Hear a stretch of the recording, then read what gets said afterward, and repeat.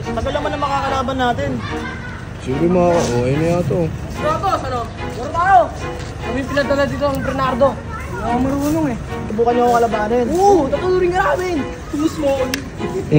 Panis, oh. Bigyan ko na ba? May laro pa tayo ngayon eh. Wala, too small ka daw. Pero sige, pagbibigyan ko kayo hanggat wala pa yung makakalaban ko. Pero para hindi sayang yung punta nyo, meron kayong jersey kapag manalo kayo sa akin. Easy win!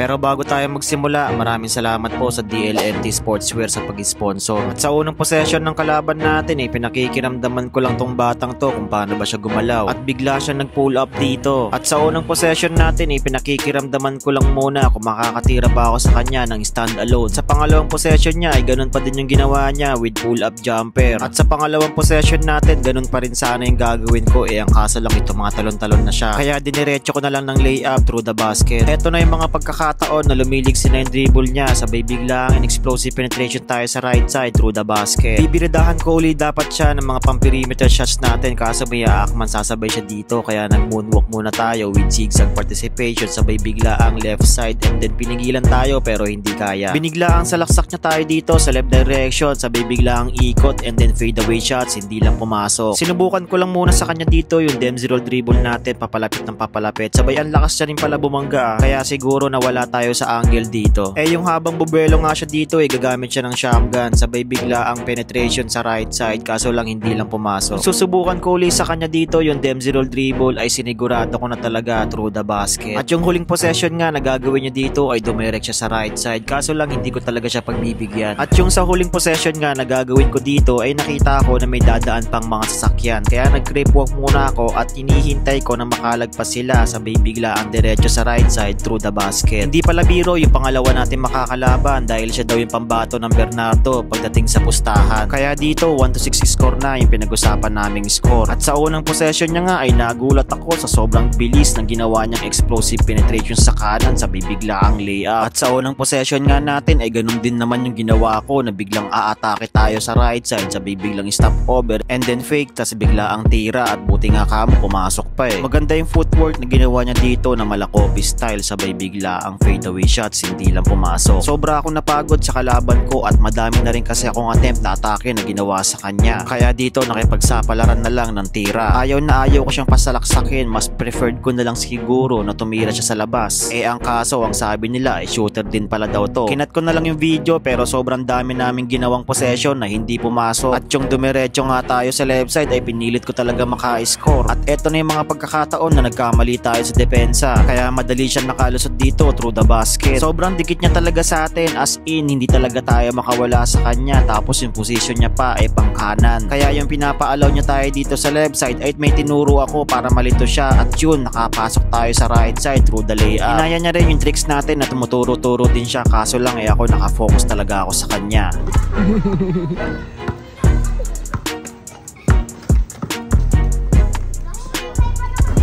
Ang ganda lagi ng depensa na ginagawa niya, as in hindi talaga tayo makawala. Kaya dito yung aatake tayo sa left side ang bilis niyang makaposition sa front kaya dito natrap tayo. No choice na ako wala na akong ibang magawa dito Sinubukan ko pa nga tumira kaso lang nahuli pa rin tayo. As kamay pa rin naman yung ginagawa ko sa kanya dahil shooter din kasi to, hindi natin pwedeng pabayaan. At yung nakabuelo nga siya dito nakahanap ng space, sabay biglaan tinirahan tayo. Hindi ko nga rin maintindihan guys bakit tayo nala-lockdown defense sa kanya Bilis niya kasi mag-position sa left side kaya dito no choice na naman tayo, wala na tayo ibang magagawa. Lupay-pay talaga ako sa laro na to, grabe, as in naglalakad na ako ng pampalaka sa sobrang pagod.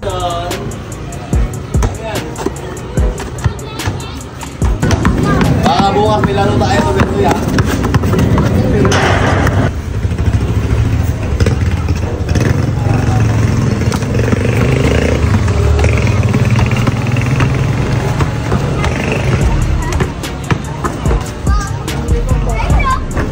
Ito na yung tira na pangdikit sa score na gagawin ko sa kanya at buti nga kamo pumasok pa dito.